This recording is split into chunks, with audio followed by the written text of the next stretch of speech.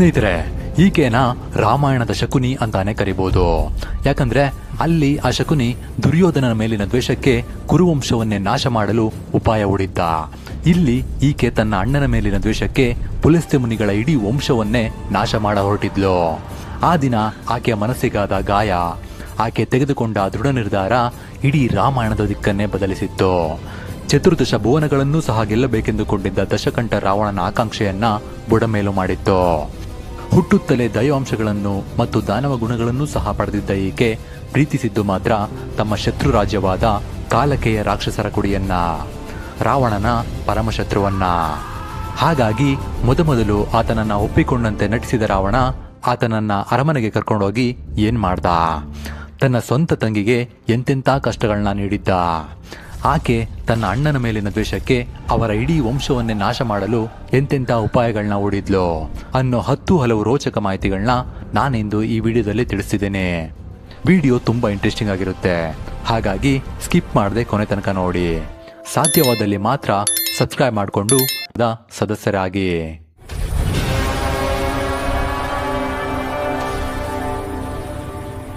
ಸ್ನೇಹಿತರೆ, ಶೂರ್ಪನಖಿಯು ಮಹರ್ಷಿ ವಿಶ್ರವ ಮತ್ತು ರಾಕ್ಷಸ ರಾಜಕುಮಾರಿ ಕೈಕಸಿಯ ಏಕೈಕ ಮಗಳು. ಆಕೆಯ ಮೊದಲ ಹೆಸರು ಮೀನಾಕ್ಷಿ, ಅಂದ್ರೆ ಮೀನಿನಂತಹ ಕಣ್ಣುಳ್ಳವಳು ಎಂದು. ಆದರೆ ಅವಳ ಉಗುರುಗಳು ಕೇರುವ ಮೊರದಂತೆ ಅಗಲವಾಗಿದ್ದರಿಂದ ಮತ್ತು ಹುಲಿಯ ಉಗುರಿನಂತೆ ಹರಿತವಾಗಿದ್ದರಿಂದ ಆಕೆಗೆ ಶೂರ್ಪನಖಿ ಎಂಬ ಹೆಸರು ಬಂದಿತ್ತು. ರಾವಣ, ಕುಂಭಕರ್ಣ ಮತ್ತು ವಿಭೀಷಣರ ಏಕೈಕ ತಂಗಿಯಾಗಿ ಸೋದರರ ಪರಾಕ್ರಮಗಳನ್ನು, ಅವರ ಸಾಮರ್ಥ್ಯಗಳನ್ನು ಕಾಣುತ್ತಾ ಬೆಳೆದ ಈಕೆಗೆ ಮಾಯಾವಿದ್ಯೆಗಳು ಬಾಲ್ಯದಲ್ಲಿಯೇ ಕರಗತವಾಗಿದ್ದವು.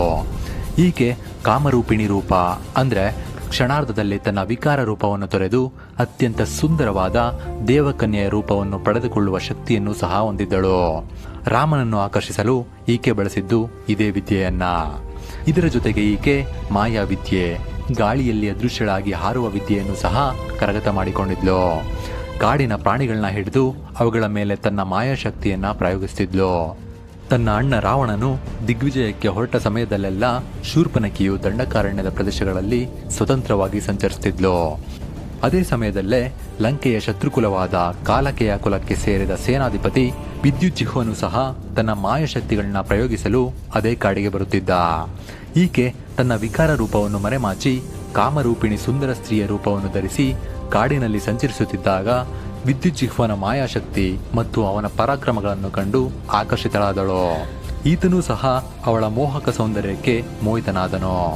ನಂತರ ಅವರಿಬ್ಬರು ಕಾಡಿನ ಏಕಾಂತದಲ್ಲಿ ರಹಸ್ಯವಾಗಿ ಭೇಟಿ ಮಾಡಲು ಶುರು ಮಾಡಿದರು.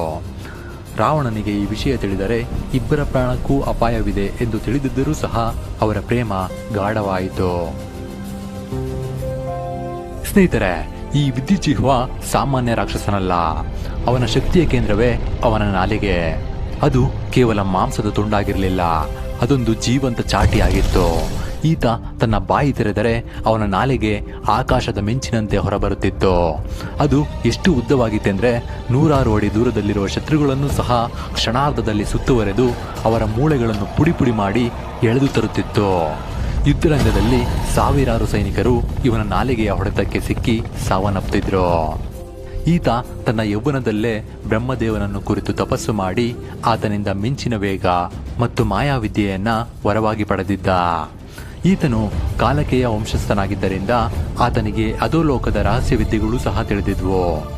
ಅವನು ಪಾತಾಳದ ಅಸುರ ಗುರುಗಳನ್ನು ಪ್ರಸನ್ನಗೊಳಿಸಿ ಕತ್ತಲೆಯನ್ನ ನಿಯಂತ್ರಿಸುವ ಮತ್ತು ಗಾಳಿಯಲ್ಲಿ ಕರಗಿ ಹೋಗುವ ಛಾಯಾವಿದ್ಯೆಯನ್ನೂ ಸಹ ಕರಗತ ಮಾಡಿಕೊಂಡಿದ್ದ. ಶತ್ರುಗಳು ಈತನ ಮೇಲೆ ಬಾಣ ಬಿಟ್ಟರೆ ಈತ ಕ್ಷಣಾರ್ಧದಲ್ಲಿ ಮಾಯವಾಗಿ ಶತ್ರುಗಳ ಬೆನ್ನ ಹಿಂದೆ ಪ್ರತ್ಯಕ್ಷನಾಗುತ್ತಿದ್ದನು. ಒಂದೇ ಸಮಯದಲ್ಲಿ 10 ಕಡೆ ಇರುವಂತೆ ಭ್ರಮೆ ಹುಟ್ಟಿಸಬಲ್ಲವನಾಗಿದ್ದನು. ಈತನ ಈ ಮಾಯಾವಿದ್ಯೆಗೆ ಮಾರು ಹೋಗಿದ್ದ ಮೀನಾಕ್ಷಿ ರಾವಣನ ಅನುಮತಿ ಕಾಯದೆ ಕಾಡಿನಲ್ಲೇ ಆತನನ್ನ ಮದುವೆಯಾದಳು. ಈ ಸುದ್ದಿ ಲಂಕೆಗೆ ತಲುಪಿದಾಗ ಇಡೀ ಲಂಕೆಯೇ ನಡುಗಿ ಹೋಯಿತು. ತನ್ನ ತಂಗಿ ಒಬ್ಬ ಶತ್ರುವಿನ ಜೊತೆ ಓಡಿ ಹೋಗಿದ್ದಾಳೆ ಎಂಬ ವಿಷಯ ರಾವಣನ ಅಹಂಕಾರಕ್ಕೆ ಬಿದ್ದ ದೊಡ್ಡ ಪೆಟ್ಟಾಗಿತ್ತು. ರಾವಣನು ಮೊದಮೊದಲು ಶೂರ್ಪನಖಿಯ ಮೇಲೆ ಸಿಟ್ಟಾದರೂ ಸಹ ಅವಳ ಮೇಲಿದ್ದ ಅತಿಯಾದ ಮಮಕಾರದಿಂದಾಗಿ ಆ ಮದುವೆಯನ್ನ ಒಪ್ಪಿಕೊಂಡು ವಿದ್ಯುಜ್ಜಿಹ್ವನನ್ನು ಲಂಕೆಯ ಅರಮನೆಗೆ ಕರೆತಂದು ಸಕಲ ವೈಭೋಗದೊಂದಿಗೆ ಸತ್ಕರಿಸಿದನು. ಈ ಕಾರ್ಯದ ಹಿಂದೆ ಮತ್ತೊಂದು ರಾಜತಾಂತ್ರಿಕ ಕಾರಣವೂ ಸಹ ಇತ್ತು. ಅದು ಕಾಲಕೇಯರ ಜೊತೆ ಸಂಬಂಧ ಬೆಳೆಸುವ ಮೂಲಕ ತನ್ನ ಶಕ್ತಿಯನ್ನು ವಿಸ್ತರಿಸುವ ಉಪಾಯವಾಗಿತ್ತು. ಸ್ನೇಹಿತರೆ, ಕಾಲಕೇಯರು ಸಹ ಸಾಮಾನ್ಯ ರಾಕ್ಷಸರಲ್ಲ. ಅವರು ಇಡೀ ದೇವಲೋಕವನ್ನೇ ನಡುಗಿಸಿದ ಅತ್ಯಂತ ಕ್ರೂರ ಮತ್ತು ಅಜೇಯ ರಾಕ್ಷಸ ಸೈನ್ಯವದು. ಇವರು ದಕ್ಷ ಪ್ರಜಾಪತಿಯ ಮಗಳಾದ ಕಾಲ ಮತ್ತು ಕಶ್ಯಪ ಮುನಿಗಳ ಸಂತತಿಗಳಾಗಿದ್ದರು. ಹುಟ್ಟಿನಿಂದಲೇ ಯುದ್ಧ ಕಲೆಗಳಲ್ಲಿ ನಿಪುಣರಾಗಿದ್ದಂತಹ ಇವರಲ್ಲಿ ಕೋಟ್ಯಾಂತರ ಸೈನಿಕರಿದ್ದರು. ಇವರನ್ನ ಯಾರೂ ಸಹ ಸುಲಭವಾಗಿ ಸೋಲಿಸಲು ಸಾಧ್ಯವಿರಲಿಲ್ಲ, ಏಕೆಂದರೆ ಇವರಿಗೆ ಬ್ರಹ್ಮದೇವನಿಂದ ವಿಶೇಷ ರಕ್ಷಣೆ ಇತ್ತು. ಒಬ್ಬೊಬ್ಬ ಕಾಲಕೆಯ ಸೈನಿಕನು ಸಹ 16 ಆನೆಗಳ ಬಲಕ್ಕೆ ಸಮನಾಗಿದ್ದವನು. ಇವರು ಸಮುದ್ರದ ಆಳದಲ್ಲಿ ಅಡಗಿ ಕೂತು ದೇವತೆಗಳ ಮೇಲೆ ಹಠಾತ್ ದಾಳಿ ಮಾಡುವ ತಂತ್ರವನ್ನು ಬಳಸುತ್ತಿದ್ರು. ರಾವಣನು ಈ ಹಿಂದೆ ಇಡೀ ವಿಶ್ವವನ್ನೇ ತನ್ನ ಮುಷ್ಟಿಯಲ್ಲಿ ಇಟ್ಟುಕೊಳ್ಳಲು ಹೊರಟಾಗ ಅವನಿಗೆ ಸವಾಲಾಗಿ ನಿಂತವರೇ ಈ ಕಾಲಕೇಯರು. ಇವರು ರಾವಣನ ಅಧಿಪತ್ಯವನ್ನು ಒಪ್ಪಲು ಸಿದ್ಧರಿರಲಿಲ್ಲ. ಹಾಗಾಗಿ ಈ ಇಬ್ಬರ ನಡುವೆ ಭೀಕರ ಯುದ್ಧಗಳಾಗಿ ಎರಡೂ ಕಡೆಯೂ ಸಹ ಲಕ್ಷಾಂತರ ಸೈನಿಕರು ಸಾವನ್ನಪ್ಪಿದ್ದರು. 100 ವರ್ಷಗಳು ಹೋರಾಡಿದರೂ ಸಹ ರಾವಣನಿಗೆ ಕಾಲಕೇಯರನ್ನು ಸಂಪೂರ್ಣವಾಗಿ ನಾಶಪಡಿಸಲು ಸಾಧ್ಯವಾಗಿರಲಿಲ್ಲ. ಹಾಗೆಯೇ ಕಾಲಕೇಯರಿಗೂ ಸಹ ಈತನನ್ನ ಸೋಲಿಸಲಾಗಿರಲಿಲ್ಲ. ಹಾಗಾಗಿ ತನ್ನ ತಂಗಿಯನ್ನ ಮದುವೆಯಾದ ಆತನನ್ನ ದೂರವಿಡುವುದು ಮತ್ತು ಆತನ ಮೇಲೆ ಹಗೆ ಸಾಧಿಸುವುದು ಈತನ ಗುರಿಯನ್ನ ಇನ್ನೂ ದೂರ ಮಾಡುತ್ತದೆಂದು ಅರಿತು ಮೇಲ್ನೋಟಕ್ಕೆ ಆತನನ್ನ ಒಪ್ಪಿಕೊಂಡಿದ್ದ. ಆದರೆ ಆತನಿಗೆ ನೀಡಬೇಕಾದ ಗೌರವ ಕೊಡುತ್ತಿರಲಿಲ್ಲ. ಸಭೆಯಲ್ಲಿ ಎಲ್ಲರ ಮುಂದೆಯೇ ಆತನ ಕುಲವನ್ನು ಶತ್ರುಕುಲವೆಂದು ಹೀಯಾಳಿಸುತ್ತಿದ್ದ. ಇದು ವಿದ್ಯುಜ್ಜಿಹ್ವನ ಮನದಲ್ಲಿ ರಾವಣನ ಮೇಲೆ ಅತೀವ ದ್ವೇಷ ಬೆಳೆಯಲು ಕಾರಣವಾಯಿತು. ಒಂದೆಡೆ ತನ್ನನ್ನು ಪ್ರಾಣಕ್ಕಿಂತ ಹೆಚ್ಚಾಗಿ ಪ್ರೀತಿಸುವ ಅಣ್ಣ, ಇನ್ನೊಂದೆಡೆ ತಾನು ಪ್ರೀತಿಸಿ ಮದುವೆಯಾದ ಪತಿ. ಇವರಿಬ್ಬರ ನಡುವಿನ ದ್ವೇಷದಲ್ಲಿ ಶೂರ್ಪನಖಿ ನಲುಗಿ ಹೋಗಿದ್ದಳು. ಇವರಿಬ್ಬರ ನಡುವೆ ದ್ವೇಷ ಹೆಚ್ಚಾಗುತ್ತಾ ಹೋದಂತೆಲ್ಲ ವಿದ್ಯುಜ್ಜಿಹ್ವನು ರಾವಣನನ್ನು ವಧಿಸಿ ಲಂಕೆಯ ಸಿಂಹಾಸನವನ್ನೇರುವ ಕನಸು ಕಾಣತೊಡಗಿದ್ದ. ಇತ್ತ ರಾವಣನು ದಂಡಯಾತ್ರೆಗೆ ಹೊರಟಾಗ ವಿದ್ಯುಜ್ಜಿಹ್ವನು ಇದನ್ನು ಒಂದು ಸುಸಂದರ್ಭ ಎಂದು ಭಾವಿಸಿದನು. ರಾವಣನು ಯುದ್ಧದಲ್ಲಿ ನಿರತನಾಗಿದ್ದಾಗ ಈತ ಅರಮನೆಯ ಒಳಗಿನಿಂದಲೇ ಕಾಲಕೇಯರ ಸೈನ್ಯಕ್ಕೆ ರಹಸ್ಯ ಮಾಹಿತಿಗಳನ್ನು ರವಾನಿಸುತ್ತಿದ್ದನು. ಈ ವಿಷಯವು ರಾವಣನ ಕಿವಿಗೆ ಬೀಳಲಾಗಿ ತನ್ನ ತಂಗಿಯ ಗಂಡನೇ ತನಗೆ ಮೃತ್ಯುವಾಗುತ್ತಿದ್ದಾನೆಂದು ತಿಳಿದು ಆತ ಅಕ್ಷರಶಃ ಕೆಂಡಾಮಂಡಲನಾದನು. ಆತ ಕೂಡಲೇ ತನ್ನ ವಿಜಯ ಯಾತ್ರೆಯನ್ನು ಅರ್ಧಕ್ಕೆ ನಿಲ್ಲಿಸಿ ಲಂಕೆಯ ಕಡೆಗೆ ಪ್ರಯಾಣ ಬೆಳೆಸಿದನು. ಈ ವಿಷಯ ತಿಳಿದ ವಿದ್ಯುಜ್ಜಿಹ್ವನು ಸಹ ಕೂಡಲೇ ತನ್ನ ಕಾಲಕೇಯ ಸೈನ್ಯವನ್ನು ಒಟ್ಟುಗೂಡಿಸಿ ಹೊಂಚು ಹಾಕಿ ಕುಳಿತನು. ಇದು ರಾವಣನಿಗೆ ನಿರೀಕ್ಷಿತವೇ ಆಗಿತ್ತು. ಮೊದಲೇ ಇದನ್ನೆಲ್ಲ ಯೋಚಿಸಿದ್ದ ರಾವಣ ಇದಕ್ಕೆಲ್ಲ ಸಿದ್ಧನಾಗೇ ಹೊರಟಿದ್ದ. ಆತನ ಸೈನ್ಯ ಸಮೀಪಿಸುತ್ತಲೇ ಕಾಲಕೇಯರ ಸೈನ್ಯ ಅವರ ಮೇಲೆ ತತ್ಕ್ಷಣದ ದಾಳಿ ಮಾಡಿತು. ವಿದ್ಯುಜ್ಜಿಹ್ವ ತನ್ನ ಮಾಯಾಶಕ್ತಿಯಿಂದ ನಾಲಿಗೆಯನ್ನು 100 ಅಡಿಗಳಷ್ಟು ಬೆಳೆಸಿ ಅವರ ಸೈನ್ಯವನ್ನು ಉಸಿರುಗಟ್ಟಿಸಿದನು. ರಾವಣನ ಪುಷ್ಪಕ ವಿಮಾನವನ್ನೂ ಸಹ ಕೆಳಗುರುಳಿಸಿದನು. ತನ್ನ ನಾಲಿಗೆಯಿಂದ ವಿಷದ ಜ್ವಾಲೆಯನ್ನು ಉಗುಳಲಾರಂಭಿಸಿದನು. ಇಡೀ ರಣರಂಗವನ್ನೇ ಕತ್ತಲೆಯಿಂದ ಆವರಿಸಿ ರಾವಣನಿಗೆ ತನ್ನ ಶತ್ರುಗಳು ಎಲ್ಲಿದ್ದಾರೆ ಎಂದು ತಿಳಿಯದಂತೆ ಮಾಡಿದನು. ಆದರೆ ರಾವಣನು ಸಹ ಸಾಮಾನ್ಯನಲ್ಲ. ಮೊದಲೇ ಈತನ ತಂತ್ರವನ್ನು ಅರಿತಿದ್ದ ರಾವಣ ತನ್ನ ಪರಮಶಕ್ತಿಶಾಲಿಯಾದ ಚಂದ್ರಹಾಸ ಖಡ್ಗವನ್ನು ಹೊರತೆಗೆದು ಆತನ ಕತ್ತಲೆಯನ್ನು ಸೀಳಿ ಹಾಕಿದನು. ಇದನ್ನು ಕಂಡು ವಿದ್ಯುಜ್ಜಿಹ್ವನಿಗೆ ದಿಕ್ಕೇ ತೋಚದಂತಾಯಿತು. ಹಾಗಾಗಿ ಹಿಂದೆ ನಿಂತು ತನ್ನ ನಾಲಿಗೆಯನ್ನು ಚಾಚಿ ರಾವಣನನ್ನು ಸೆರೆಹಿಡಿಯಲು ಬಂದಾಗ ರಾವಣನು ಚಂದ್ರಹಾಸ ಖಡ್ಗದಿಂದ ಆತನ ನಾಲಿಗೆಯನ್ನು ತುಂಡು ತುಂಡಾಗಿ ಕತ್ತರಿಸಿ ಹಾಕಿದನು. ನಂತರ ಕಾಲಹರಣ ಮಾಡದೆ ಒಂದೇ ಏಟಿಗೆ ಆತನ ಶಿರಚ್ಛೇದನ ಮಾಡಿದನು. ವಿಷಯ ತಿಳಿದ ಶೂರ್ಪನಖಿ ಸ್ಥಳಕ್ಕೆ ಬರುವಷ್ಟರಲ್ಲೇ ಎಲ್ಲವೂ ಮುಗಿದು ಹೋಗಿತ್ತು. ತನ್ನ ಪತಿಯ ದೇಹವನ್ನ ಶವವಾಗಿ ಕಂಡ ಆಕೆ ಸ್ಥಳದಲ್ಲೇ ಕುಸಿದು ಬಿದ್ದಳು. ಅವಳ ಮನಸ್ಸಿನಲ್ಲಿ ಶೋಕದ ಜೊತೆಗೆ ಆಕ್ರೋಶ ಮತ್ತು ಸೇಡು ಮನೆ ಮಾಡತೊಡಗಿತು.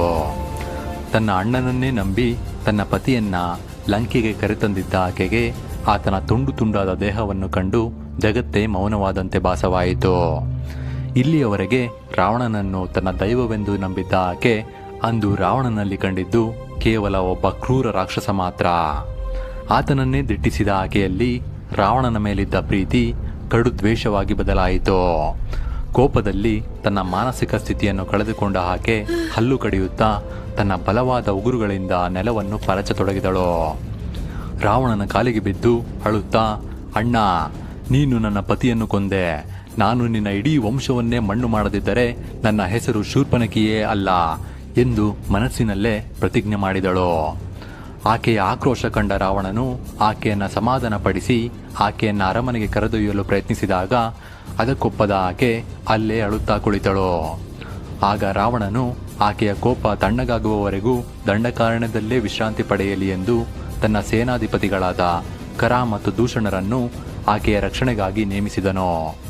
ಆದರೆ ಪತಿಯ ಸಾವಿನ ನಂತರ ಆಕೆ ಕಾಡಿನಲ್ಲಿ ವಿಧವೆಯಂತೆ ಬದುಕಲಿಲ್ಲ. ಬದಲಾಗಿ ಆಕೆ ರಾವಣನಿಗೆ ಬಲೆ ಹೆಣೆಯಲು ಶುರು ಮಾಡಿದ್ದಳು. ರಾವಣನ ದೌರ್ಬಲ್ಯವೇ ಹೆಣ್ಣು ಮತ್ತು ಆತನ ಅಹಂಕಾರ ಎಂದು ತಿಳಿದಿದ್ದ ಈಕೆ ರಾವಣನ ಮುಂದೆ ಸೀತೆಯ ವರ್ಣನೆ ಮಾಡಿ ಅವನ ಕಾಮವನ್ನು ಕೆರಳಿಸಿ ಆತನನ್ನು ಮೃತ್ಯುಕೂಪಕ್ಕೆ ತಳ್ಳಲು ಉಪಾಯ ಹೂಡಿದ್ದಳು. ಅಂತೆಯೇ ಶೂರ್ಪನಖಿಯ ಮಾತುಗಳಿಂದ ಕೆರಳಿದ ರಾವಣನಿಗೆ ಅವರು ಸಾಮಾನ್ಯ ಮನುಷ್ಯರಲ್ಲವೆಂಬ ಸಂದೇಹ ಮೂಡತೊಡಗುತ್ತೆ. ಹಾಗಾಗಿ ತನ್ನ ಸೋದರ ಮಾವ ಮಾರೀಚನ ಬಳಿ ಹೋಗಿ ಈ ವಿಷಯವನ್ನು ಪ್ರಸ್ತಾಪಿಸುತ್ತಾನೆ. ಸ್ನೇಹಿತರೆ, ಈ ಮಾರೀಚ ರಾವಣನ ಅಮ್ಮ ಕೈಕಸಿಯ ಸಂಬಂಧಿಯಾಗಿದ್ದ. ಈತನಿಗೂ ಸಹ ಈಗಾಗಲೇ ರಾಮನ ಸಾಮರ್ಥ್ಯದ ಬಗ್ಗೆ ಅರಿವಿತ್ತು. ಏಕೆಂದರೆ ಈ ಹಿಂದೆ ವಿಶ್ವಾಮಿತ್ರರು ತಮ್ಮ ಪವಿತ್ರ ಯಾಗವನ್ನ ರಾಕ್ಷಸರಿಂದ ರಕ್ಷಿಸಲೆಂದು ರಾಜ ದಶರಥನ ಬಳಿ ಹೋಗಿ ಸಹಾಯ ಕೇಳಿದ್ದಾಗ ಆತ ತನ್ನ ಯುವ ಪುತ್ರರಾದಂತಹ ರಾಮಲಕ್ಷ್ಮಣರನ್ನು ಆತನ ರಕ್ಷಣೆಗಾಗಿ ಕಳುಹಿಸಿಕೊಟ್ಟಿರುತ್ತಾರೆ. ಅಂತೆಯೇ ಕಾಡಿಗೆ ತೆರಳಿ ಯಾಗವನ್ನು ಮಾಡಬೇಕಾದರೆ ಅದನ್ನು ತಡೆಯಲು ಬಂದ ತಾಟಕಿಯ ಮಕ್ಕಳಾದಂತಹ ಸುಬಾಹು ಮತ್ತು ಮಾರೀಚನನ್ನು ರಾಮಲಕ್ಷ್ಮಣರು ಸದೆಬಡೆದು ಸುಬಾಹುವನ್ನು ಕೊಂದು ಹಾಕಿರುತ್ತಾರೆ.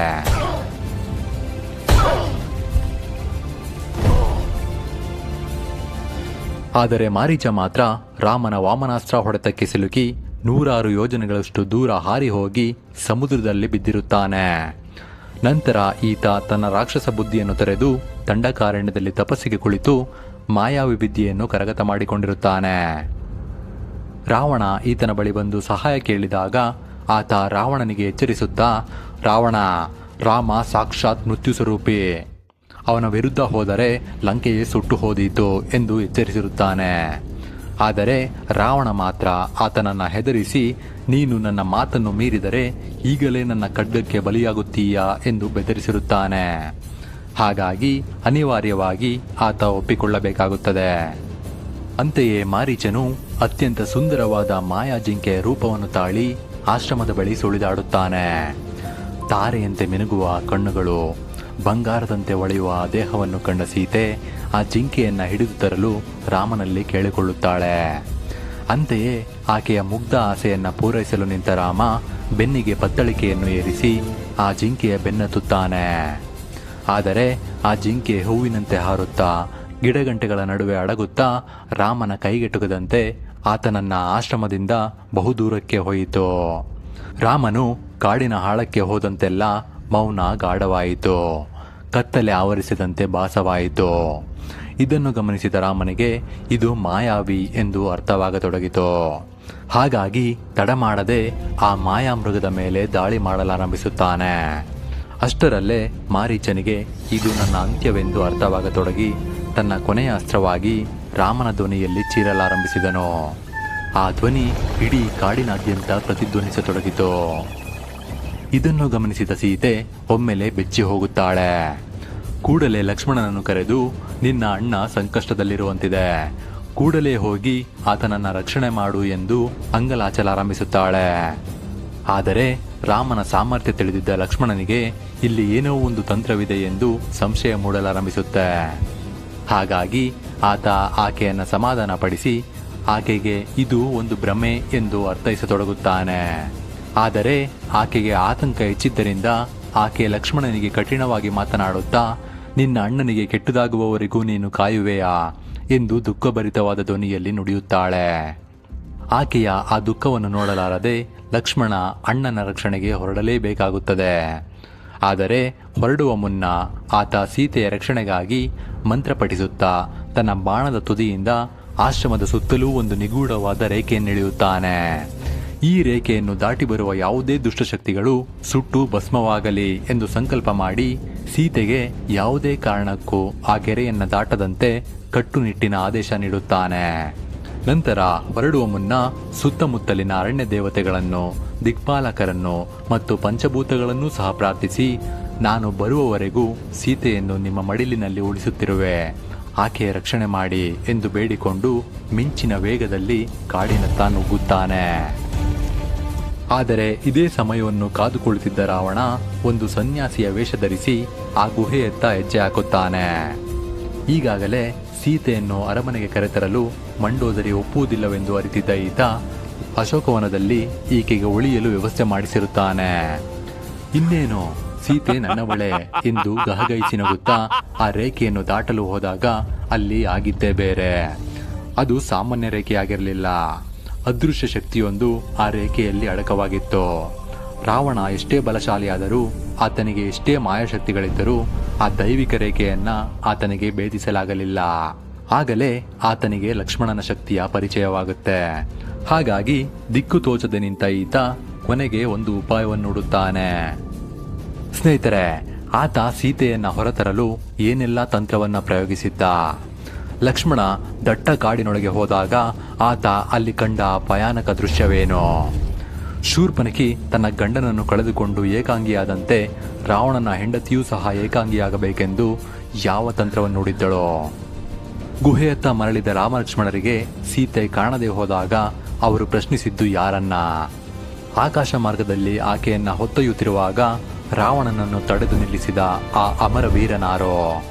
ಜಟಾಯು ತನ್ನ ರೆಕ್ಕೆಗಳನ್ನು ಕಳೆದುಕೊಂಡರೂ ಸಹ ಪ್ರಾಣ ಬಿಡದೆ ಕಾದು ಕುಳಿತಿದ್ದು ಏಕೆ? ಸೀತೆ ತನ್ನ ಆಭರಣಗಳನ್ನ ಎಸೆದ ಆ ಜಾಗ ಇಂದಿಗೂ ಸಹ ಒಂದು ನಿಗೂಢ ಸ್ಥಳವಾಗಿ ಉಳಿದಿರುವುದೇಕೆ? ಇಂತಹ ಹಲವಾರು ರೋಚಕ ಮಾಹಿತಿಗಳನ್ನ ಮುಂದಿನ ಸಂಚಿಕೆಯಲ್ಲಿ ತಿಳಿಯೋಣ. ನಿಮಗೆ ಈ ಸಂಚಿಕೆ ಇಷ್ಟವಾದಲ್ಲಿ ಇದಕ್ಕೊಂದು ಲೈಕ್ ಮಾಡಿ, ಶೇರ್ ಮಾಡಿ. ರಾಮಾಯಣದಲ್ಲಿ ನಿಮ್ಮ ನೆಚ್ಚಿನ ಪಾತ್ರ ಯಾವುದು ಅಂತ ಕಮೆಂಟ್ ಮಾಡಿ ತಿಳಿಸಿ. ಸಾಧ್ಯವಾದಲ್ಲಿ ಮಾತ್ರ ಸಬ್ಸ್ಕ್ರೈಬ್ ಮಾಡಿಕೊಂಡು ನಿಮ್ಮ ಈ ಸನಾತನ ಕುಟುಂಬದ ಸದಸ್ಯರಾಗಿ.